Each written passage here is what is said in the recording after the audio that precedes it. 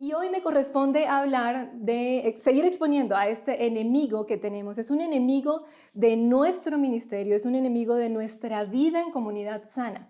Es un enemigo que está en nuestras comunidades y no debemos negarlo. Y siempre va a querer entrar, pero también nosotros siempre vamos a poder sacarlo. Siempre vamos a poder frenarlo. Y tú que estás escuchando esta charla dirás, ¿por qué me tengo que dar a eso? Es importante porque nos afecta a todos. Así le haya sucedido solo a una mujer una situación de abuso, afecta a toda la comunidad, toda la comunidad. Es como esa pequeña levadura que dice que leuda toda la masa, así es. Pero la vamos a sacar. ¿Y en qué medida afecta a un hombre? Según 1 de Pedro 3:7, muchas de tus oraciones, líder masculino, pueden ser estorbadas por el trato que das a la mujer.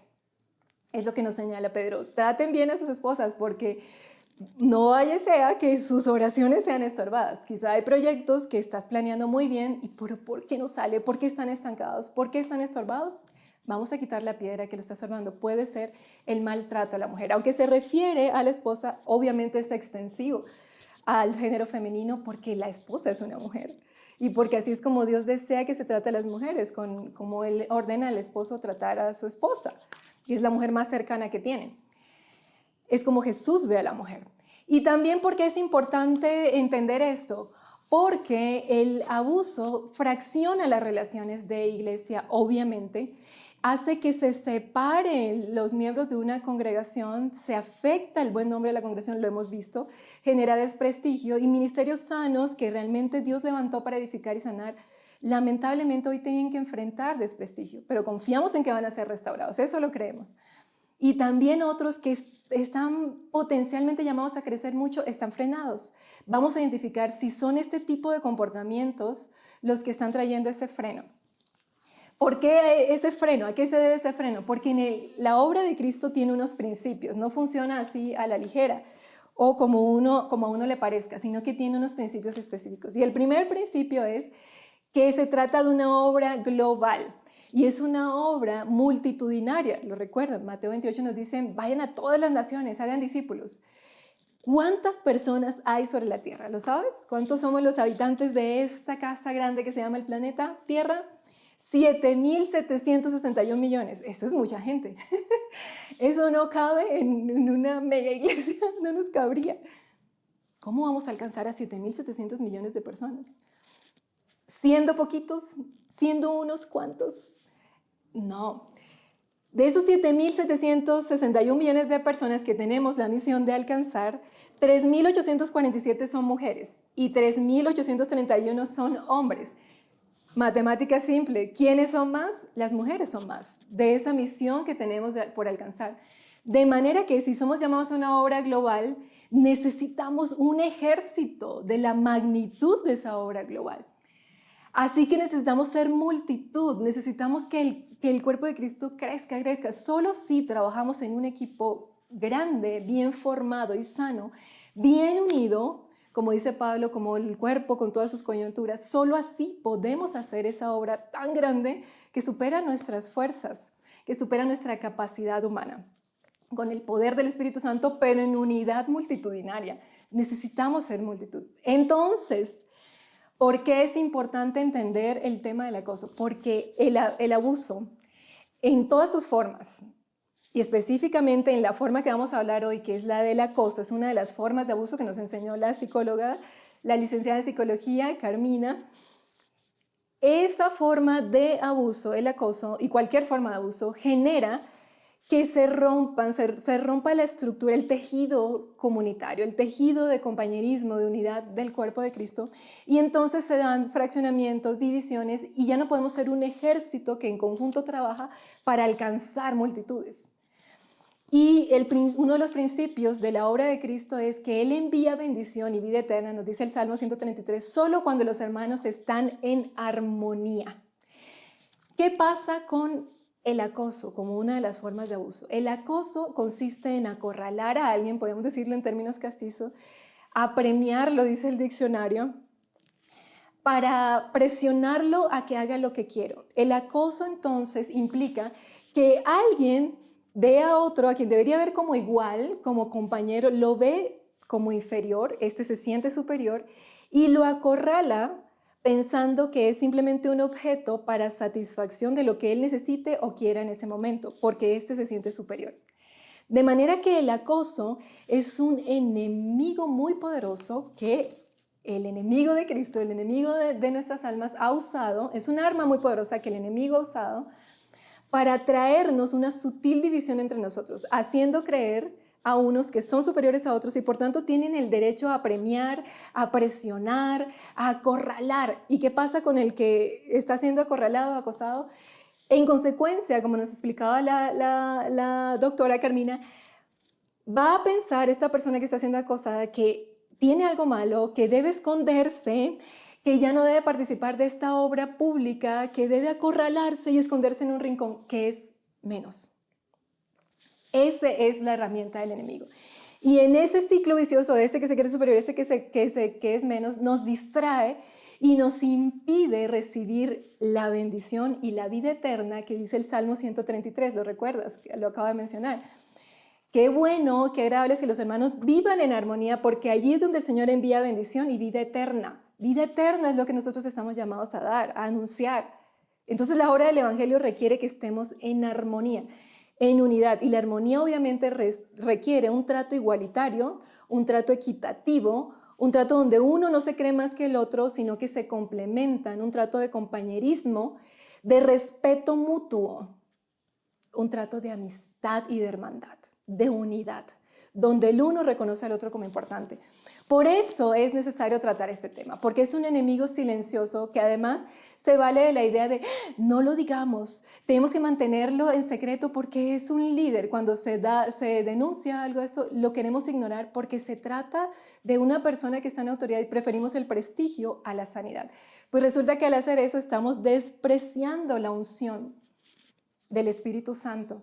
Y entonces por eso no avanzamos y no llegamos al famoso avivamiento que tanto queremos, porque el Señor demanda que para enviar ese avivamiento seamos hermanos, seamos comunidad, estemos unidos en lazos de mutuo respeto y consideración y una mirada sana, un concepto sano del otro.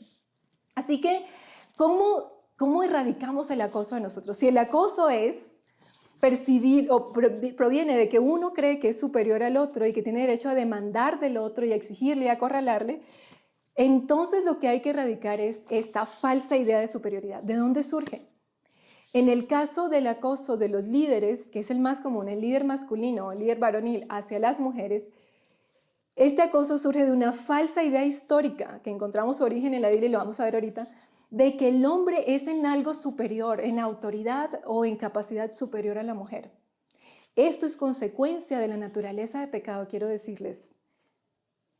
Hoy quiero que en el nombre de Jesús y con el poder del Espíritu Santo derribemos esas falsas teologías, esos falsos fundamentos teológicos de mala interpretación bíblica que han llevado a algunos hombres a creer que el hecho de que se les haya dado autoridad quiere decir que son superiores. Y cuando ven a una mujer creen que están frente a alguien que tiene algo de valor pero es inferior. Y en muchas mujeres han creído eso. Eso es una mentira, que nos ha traído una división, que nos ha traído un acorralamiento y nos ha llevado a arrinconar a alguien, a seres humanos a quienes el Señor llamó a hacer luz y llamó a combatir juntamente con los hombres para alcanzar a todos estos 7.700 millones de habitantes de la tierra. Tenemos que ser un ejército grande y reconocernos como tal. Por eso, la manera de prevenir el acoso que hoy quiero proponerles, y esto fue una idea genial que el Señor inspiró a nuestro director y pastor, el pastor Juan Speaker, y es reconocer cuando estoy frente a una mujer, ¿quién es esta? Y así le llamaba esta charla, ¿y quién es esta? Vamos a ver a la luz de la Escritura, ¿quién es la mujer? ¿Por qué yo tengo que considerarla como equipo y como compañera de milicia y como parte de un ejército? Eso lo dice Dios. ¿Cuál es el lugar de la mujer en el ministerio? Reconocer esto, según Pedro, puede llevarte a que tus oraciones que hoy están siendo estorbadas sean contestadas. Nos va a llevar al crecimiento de la obra de Cristo, a llegar a realizar la obra global, porque el Señor dijo, todos los que creen en mí van a echar fuera demonios, van a sanar, van a liberar. Entonces, ¿por qué nos vamos a oponer a la obra de Cristo? Vamos a reconocer quiénes son las personas, las mujeres, ahora en Cristo. Y porque Efesios dice que nosotros, pastores, líderes, maestros, estamos aquí para edificar a todo el cuerpo de Cristo, para que ellos hagan la obra, Efesios 4 dice eso, para que ellos hagan la obra del Evangelio, la obra de Cristo. Entonces es un trabajo de equipo, no podemos sacar a unos del equipo. Eso es un grave error y es lo que nos ha impedido hoy ser impactantes en nuestras sociedades como si lo fueron los primeros apóstoles. Entonces vamos a volver a ese diseño y a ser impactantes. ¿Cómo podemos transformar nuestra cultura? Reconozcamos, ¿y quién es esta? ¿Quién es la mujer? ¿Cuál es el papel de la mujer en el ministerio? Encontramos el origen de la mujer, obviamente en Génesis, el origen de todo. En Génesis 1 dice que el Señor creó al hombre y la mujer. Y Génesis nos dice, el 2:23, que Dios se la presenta a Adán después de crearla. Y Adán hace lo que un varón, un hombre en Cristo debe hacer. Y es reconocer a Eva como realmente Dios dice que ella es. Reconocer a la mujer como Dios dice. ¿Y cómo la reconoció? Él dice, al fin, parece que la estaba esperando. Era algo bueno, o sea, la ve a la mujer y no le huye. Esa es una forma también de discriminación y de acoso a las mujeres, ignorarlas, huir. Y él no, él la reconoce, al fin, la recibe. Exclamó, esta es hueso de mis huesos y carne de mi carne. ¿Qué está haciendo con esto? Está reconociendo, no, uy, qué curvas, uy, qué piernas. No, está reconociendo, tú y yo somos de lo mismo. Tenemos la misma esencia, la misma naturaleza. ¿Cuál era la naturaleza de Adán? Ser imagen de Dios, hecho a la imagen de Dios, con la naturaleza de Dios. Ella será llamada, entonces él le pone nombre, la reconoce con esa dignidad. Y el nombre que le da es impresionante. Será llamada Isha. Ish es la expresión masculina, la expresión para hombre, para varón. Y él usa para ella una expresión con la misma raíz, pero terminada en A, Isha. Quiere decir, ella es como yo, pero me complementa. Tiene algo adicional y yo quiero conocerla. Yo quiero que nos integremos. Isha es el complemento de Ish. Entonces, él reconoce algo que estaba en el corazón de Dios, en la mente de Dios, y es el ser humano va a ser uno integrado por dos unidos a la fuente. Ish más Isha, una unidad que llega a ser un ser humano a la imagen de Dios, que será la proyección del Dios que los creó. Ese es el plan de Dios para el hombre y la mujer. Y eso es lo que Dios llama a los hombres, líderes. Adán es un hombre líder, lleno en autoridad hasta este momento, lleno de autoridad, para reconocer quién es la mujer y llamarla por su nombre y darle reconocimiento a su identidad. Porque eso hizo también el Señor Jesús y lo vamos a ver. Entonces el plan original de Dios para el hombre y la mujer nos demuestra cuál es la relación correcta y cuál es entre el hombre y la mujer, entre líderes, hombres y mujeres, y cuál es el lugar de la mujer en la iglesia, el lugar que debemos reconocer y darle. Génesis 1:27 al 28 dice que Dios creó al hombre y a la mujer a su imagen y semejanza. Entonces la mujer es imagen y semejanza de Dios. A los dos los creó a imagen y semejanza. Y les dijo, dice Génesis, les dijo, ¿has leído esto? ¿Le dijo a quién? ¿Solo a Adán? ¿Está en singular? ¿Se lo dijo solo a Eva? No, les dijo a ambos. Llenen la tierra y gobiernen sobre ella, reinen. Una pregunta. ¿Quién puede reinar y gobernar sin autoridad? Hace falta la autoridad para reinar y gobernar, ¿cierto? Tenemos que ser facultados para eso y tener habilidades para eso. Pues Dios al hablar le impartió a esos dos seres que acaba de crear, que eran ¿quién? Ish e Isha, hombre y mujer, autoridad. ¿Para qué? Para dominar a otros, para someter a otros, no, para gobernar y reinar sobre todo lo creado. Así que cuando estamos frente a una mujer, estamos frente a lo que Adán estaba reconociendo, una que es como yo, que está en la misma posición de autoridad y llamada a gobernar y a reinar. Sí, queridos amigos, esa era la posición original de la mujer junto con el hombre en compañerismo. Entonces Dios creó al hombre y a la mujer para que gobernaran juntos sobre toda su creación, reconociéndose mutuamente en autoridad. Esto no solo lo digo yo, lo dicen muy buenos teólogos y escritores como el autor del Callado del Pastor, que pueden consultar. Igualdad de posición y autoridad, ese era el plan de Dios para el hombre y la mujer inicialmente, para que gobernaran y así juntos, con toda esa autoridad y esa unidad, Dios derramaría su bendición, los respaldaría y entonces podrían establecer el reino de Dios sobre la tierra. Harían la agenda de Dios sobre este planeta. Sometiendo al planeta, destruyendo al planeta, no, conservándolo y llevándolo a cumplir el plan de Dios que día a día debían escuchar. Entonces, autoridad no es someter Lo vemos en Romanos. Pablo nos explica en Romanos 13, autoridad es estar al servicio del bien. ¿Del bien de quién? De los demás. Es estar al servicio de otros, es capacidad de servir a otros. Y eso lo entendían Adán y Eva, tenían que servirse unos a otros y servir para el bienestar del planeta, en el que Dios los colocaba para hacer su plan. Entonces miremos aquí cómo Dios ve a la mujer. ¿Cuál era el plan de Dios para la mujer? Nos dice Génesis que la puso para gobernar y para reinar. Entonces, ¿cómo Dios ve a la mujer? Como alguien con autoridad para gobernar y para reinar. ¿Estamos de acuerdo? Lo está diciendo la Biblia. A ambos les dijo gobiernen, a ella también. Cuando estoy frente a una mujer, entonces, ¿qué debo ver? ¿Cómo Dios la ve? Dios la ve como su imagen y semejanza. ¿Dónde está eso? Génesis 1:27. Y Dios creó al hombre, a Adán, y a Eva. Entonces, miremos solo a Eva. Y podríamos decir, y Dios creó a Eva a su imagen y semejanza. Una mujer, entonces, es imagen y semejanza de Dios. Así es como Dios la ve. Dios no la ve como la pecadora, a la que muchas veces en nuestras prédicas identificamos como con la tentación de la fama y la lana, dicen, y el dinero. Eso está mal. Eso es antibíblico. Una mujer es imagen y semejanza de Dios. Y a eso están llamadas, las que aún no están en Cristo, estamos llamadas a hacerles saber que son eso en Cristo y que vengan a Él. ¿Cómo Dios ve a la mujer? La ve como ayuda idónea. Porque dice en el 2:18 de Génesis que haré para Adán una ayuda idónea para él. Dios calificó a la mujer con estas dos cualidades. Va a ser ayuda, o sea, ella es solucionadora. ¿A quién se le llama ayuda también en la Biblia? Al Espíritu Santo, ayudador. De manera que decir que la mujer es ayuda no quiere decir que le hicieron a Adán algo inferior, no, le hicieron a alguien con mucha autoridad, semejante a él, para ayudar, para que juntos se cooperaran, para que trabajaran en equipo. Cooperación es lo que está queriendo indicarnos esta palabra, ayuda, no un problema. Y además idónea, esta palabra idónea es neged en el original y idónea significa que es contraparte, que es complementaria, eso es lo que quiere decir. Es decir, que cuando Adán la viera dijera, lo que él dijo, se parece a mí, pero tiene algo más, algo que me complementa. Es cualificada, calificada para hacerlo, capacitada para hacer algo glorioso, algo importante.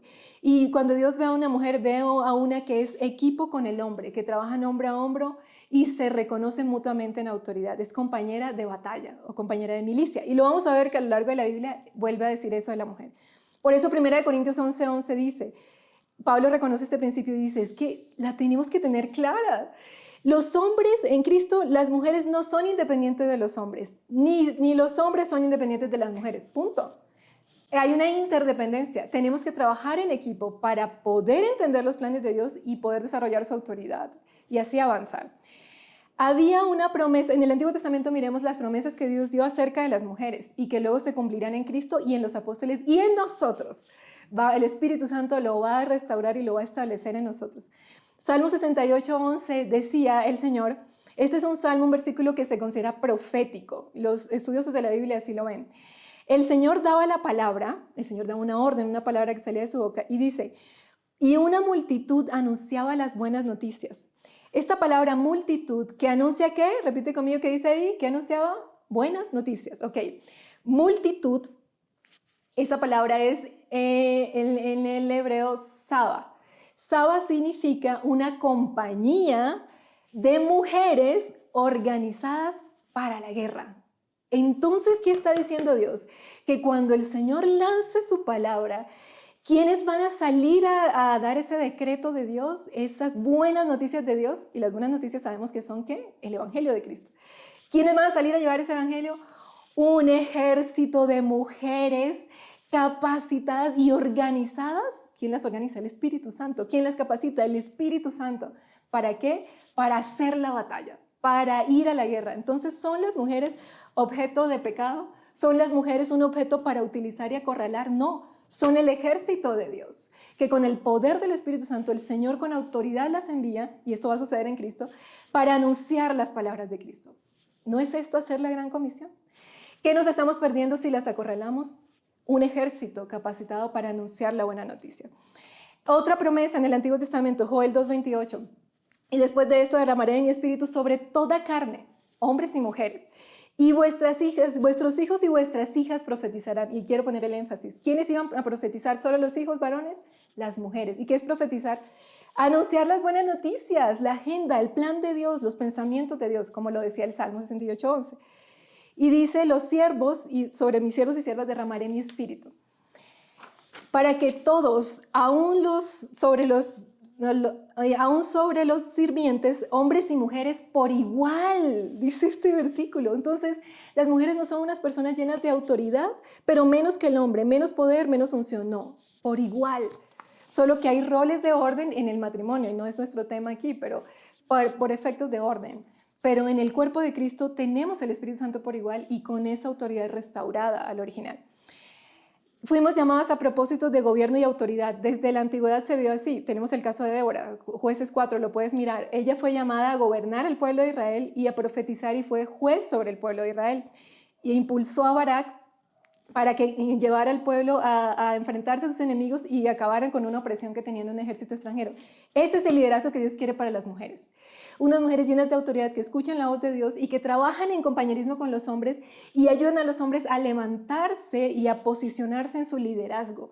Ese es el medidor de un ministerio sano de una mujer. Si ya estás en liderazgo, mujer, el medidor debe ser que nosotros recibimos la autoridad para también animar a los hombres y trabajar junto con ellos en que se reconozcan como llamados en Cristo, llenos de autoridad y que salgan con valentía a hacer la obra de Cristo y lleguen muy alto y nunca tomarnos de la gloria que Dios también les da a ellos. Y así tenemos a Hulda también, otra profetisa de reformación, está en 2 de Reyes 22. En el Nuevo Testamento veamos el ministerio de Jesús. Aquellas profecías del Antiguo Testamento, Jesús las cumplió con claridad porque Él es nuestro aliado amoroso. Yo amo a Jesús porque Él fue el primero que me miró con respeto y me enseñó cuál era mi identidad en Cristo y el valor que yo tenía en Él, y así le enseñó a muchas mujeres. Por eso mujeres lo seguían hasta la cruz, no lo dejaron ni en el día de la resurrección, porque Él les devolvió su valor. Jesús les invitó a las mujeres a ser enseñadas por Él, a que aprendieran de Él, lo cual estaba prohibido en su entorno. Jesús trató a las mujeres con tanto respeto que tuvo la oposición de los fariseos y saduceos, porque ellos veían a las mujeres como no dignas de confianza, que incitan al pecado, como hoy se proclama en muchos púlpitos, todavía, inexplicablemente. Y también veían a las mujeres como no dignas de confianza y a quienes no hay que perder el tiempo en enseñarles. Y así también la veían los griegos y los romanos, donde luego se van a establecer las iglesias. Así que Jesús se opuso a eso y miró a la mujer con respeto y las integró a su ministerio, les enseñó. Y también tenemos varios ejemplos de que les permitió ejercer su obra y anunciar su evangelio. 2 de esos solo vamos a ver. Juan 4, cuando Él habla con la mujer samaritana. Él encuentra una mujer dañada por el pecado, dolida, quebrantada, abusada. Le habían dicho que no hay quinto malo y ella se lo creyó y resulta que el quinto marido también le salió malo, probó con un sexto. Y está mal, está mal. Y Jesús la encuentra y le habla a su corazón, la sana, la mira con respeto, incluso organiza un encuentro y le dice a los discípulos que se vayan por las tortillas, que se vayan a buscar el pan. Y habla con ella y la sana. Pero lo interesante es que Jesús ve en ella la mujer de Génesis 1, una mujer llena de autoridad, una mujer llena de un llamado especial de Dios para gobernar y para ser líder. Y Él habla con ella de sus inquietudes espirituales y le da una palabra para dar. Entonces ella sale a su aldea y cumple el sueño de cualquier evangelista. Toda la aldea se vuelve a Cristo, sale a conocer a Cristo. ¿Tienen o no las mujeres autoridad para llevar el evangelio y ser eficaces con el poder del Espíritu Santo? Claro que sí. La primera en anunciar la resurrección, María Magdalena, Mateo 28:8. Ahí encontramos que Jesús la ve y le dice que anuncie esto a sus hermanos. Ve a las mujeres y le dice, vaya, anuncie. Y le dice en Juan 20, 17 al 18, a María Magdalena específicamente, ve a mis hermanos y dile que yo voy a subir al Padre, mi Padre y el Padre de ellos, y que los veré. Entonces ella va y anuncia esto, la resurrección, la predicación de la resurrección, por primera vez, una mujer, y la anuncia con detalle, porque el poder del Espíritu Santo es para este equipo, de esta compañía de guerreras mensajeras de la palabra de Dios. Esto lo entendieron los apóstoles. Los apóstoles entendían claramente que en Cristo se rompieron las barreras entre hombre y mujer. Y aunque vemos que predomina un liderazgo masculino, es así este predominio por circunstancias culturales, porque en esa época a las mujeres no se les daba formación básica intelectual. Entonces eran analfabetas. Por eso predominaba el liderazgo masculino. Pero los apóstoles estaban comprometidos en romper esa brecha, porque así les había enseñado a su maestro y porque ese es el diseño original de Dios. Así que ellos se comprometieron en impulsar el ministerio femenino, en darles identidad y apoyarlas y tratarlas con respeto. Y vamos a ver 6 ejemplos de eso. ¿Por qué pasa esto? Porque ellos entendieron en lo que dice Gálatas 3:27, que en Cristo no hay varón ni mujer. En Cristo somos uno, Isha más Ish, uno para hacer la obra de Dios.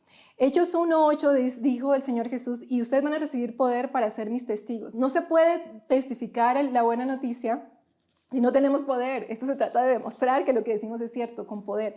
Por eso recibiremos el Espíritu Santo. Y qué asombroso. ¿Quiénes recibieron el Espíritu Santo? Que se recibe ¿para qué dijimos? Para ser ¿qué? Testigos. Lo recibieron todos los creyentes que estaban reunidos. Hechos 2:1. El día que se derramó el Espíritu Santo. ¿Y cuáles son todos los creyentes? Obviamente incluía mujeres. ¿Por qué dices eso, Claudia? Porque dice todos los creyentes, las mujeres eran los creyentes, y porque era usual que las mujeres se reunieran con los hombres a orar. Lo vemos en Hechos 12:12, cuando sale de la cárcel Pedro, y hay mujeres allí, están reunidos en la casa de María. Y en 1 Corintios 11:11, Pablo dice que las mujeres para orar y profetizar deben ponerse velo, lo cual quiere decir que las mujeres oraban y profetizaban en las reuniones de la iglesia. Entonces, en esa reunión de oración, cuando se dice todos los creyentes y se derramó el Espíritu Santo, ellas estaban ahí. Si recibieron el Espíritu Santo, Dios se los dio, ¿por qué les vamos a negar nosotras? ¿O por qué nos van a negar, habiendo recibido el Espíritu Santo, que ejerzamos aquello para lo cual se nos dio el Espíritu Santo? No es para vernos bonitos, es para testificar, para predicar, para enseñar, para llevar el mensaje del Evangelio con poder. Entonces, no le pueden negar eso a una mujer. Mujeres en el liderazgo, ejemplo de mujeres en el liderazgo. Lidia, vamos a ver 6 ejemplos de que los apóstoles entendieron esto y lo aplicaron. Los apóstoles sabían, una obra global se tiene que hacer con un ejército grande, primero. Segundo, solo con compañerismo se derrama la unción del Espíritu Santo en unidad. Así que tenemos que estar unidos. Y tercero, en Cristo ya no hay varón ni mujer. Todos somos unos, llenos de autoridad, como en el original. Las mujeres en liderazgo. Lidia, la primera mujer convertida en Europa, lo puedes ver en Hechos 16:40, en su casa se reunían los creyentes. Allí se reunieron los apóstoles cuando salieron de la cárcel. Y Eusebio, el historiador Eusebio dice que Lidia probablemente dirigió la iglesia de Filipo por un tiempo, porque se reunía en su casa. Las 4 hijas de Felipe, el evangelista famoso, de Hechos 21:8, dice que las 4 hijas de Felipe profetizaban. Y los apóstoles se quedaron en la casa de Felipe, los discípulos, y dice que profetizaban. Entonces las mujeres en esa época normalmente profetizaban y nadie se escandalizaba, porque eso había sido anunciado por Joel. Tercer ejemplo, esto va subiendo de nivel. Febe era una mujer en la que Romanos 16 del 1 al 2 dice Pablo que la reciban con dignidad y honra, porque ella es una diaconisa de la iglesia en Cencrea. Espero haberlo pronunciado bien. Es una diaconisa. ¿Qué es una diaconisa? Una líder. Lo vemos en Timoteo. Cuando Pablo habla de los requisitos de los líderes, es una líder. Y era normal que las mujeres fueran líderes. Ella era un ejemplo de eso. Y ella hizo una labor especial. Ella llevó la carta, no cualquier carta, la carta de los romanos. La carta de los romanos en muchas iglesias nuestras es el centro de nuestra doctrina. Es de hecho un curso especial de formación, de crecimiento, donde está señalado todo lo que Cristo hizo por nosotros. Esa carta debía llevarla a alguien muy importante. ¿Por qué?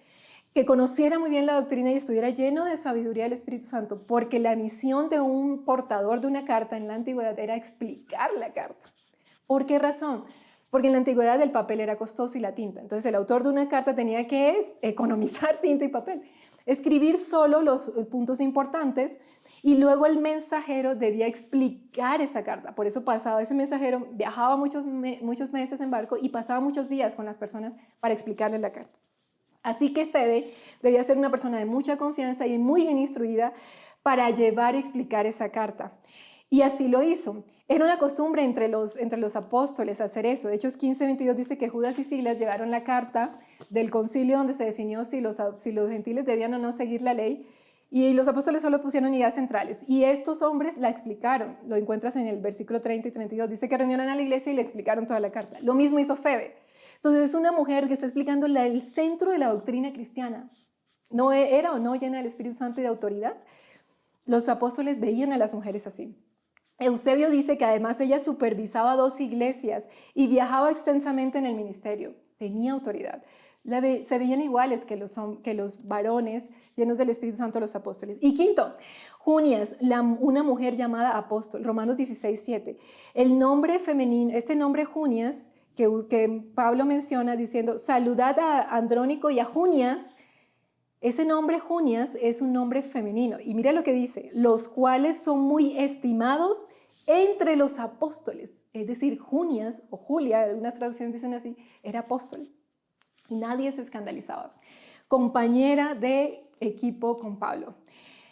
Filipenses 4:3 nos menciona a dos mujeres, Evodia y Síntique, de quien Pablo dice, ellas combatieron juntamente conmigo en el Evangelio, hombro a hombro, juntamente, como en el principio. Cuando Adán debió reconocer a Eva, ella es como yo y estamos llamados a hacer una obra juntos. Cuando Dios dijo, juntos gobiernen, hombro a hombro, respetándose mutuamente. El compañerismo hace que un ministerio sea eficaz y la obra se extienda sin límites, pero si no hay compañerismo, no vamos a poder hacer esta obra global. La obra de Cristo debemos hacerla todos como uno solo y no unos cuantos super apóstoles o super ministros. Y las mujeres siempre serán mayoría y eso ayuda a que la obra global se extienda y llegue a ser multitudinaria como Cristo nos encargó. Prevenir el acoso. ¿Cómo hacemos para prevenir el acoso? Ya para finalizar. Quiero exponer 3 puntos aquí.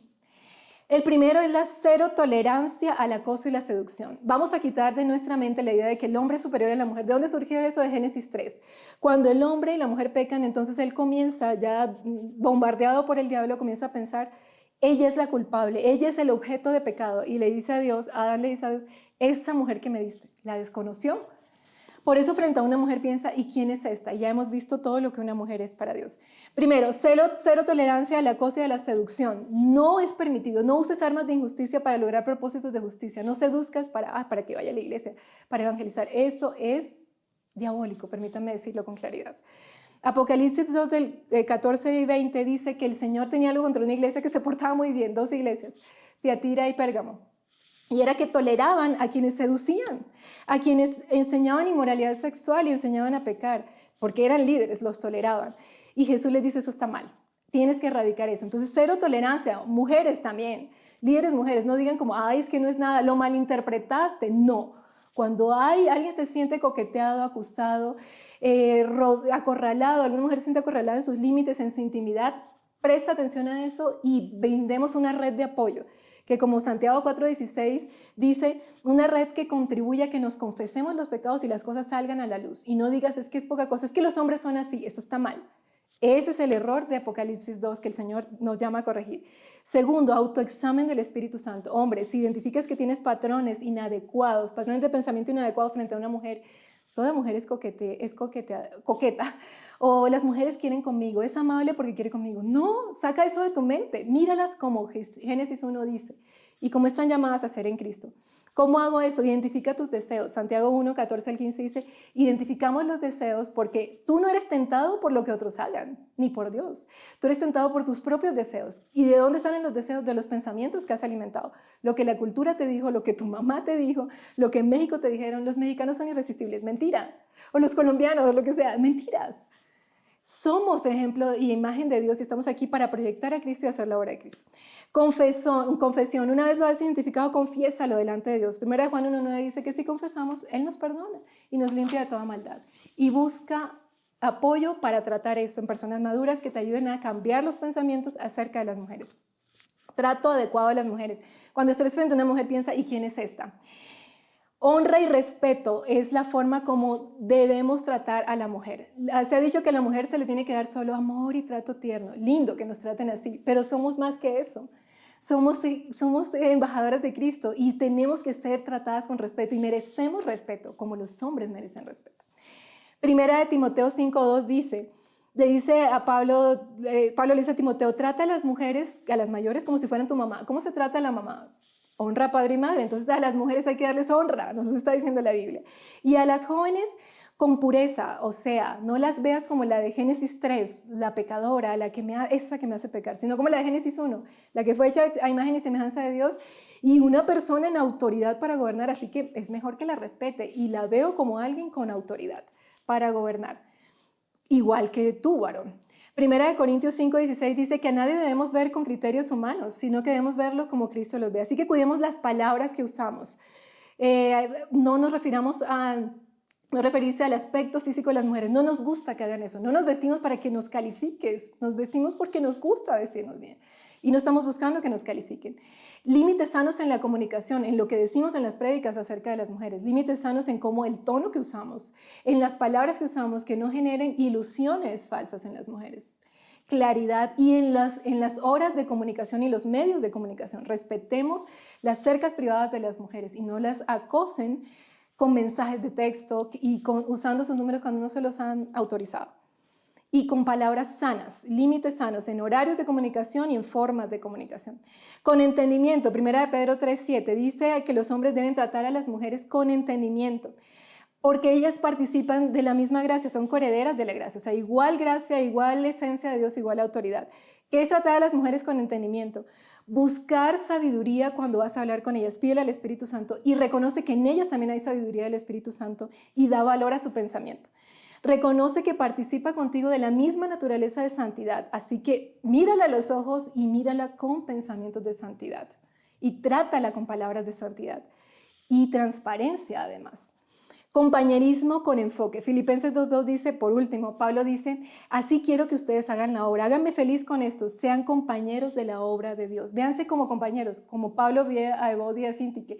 Las que han trabajado conmigo han sido mis compañeras de batalla. Así debemos vernos, hombres y mujeres en Cristo. Enfocados en lo que fuimos mandados a hacer.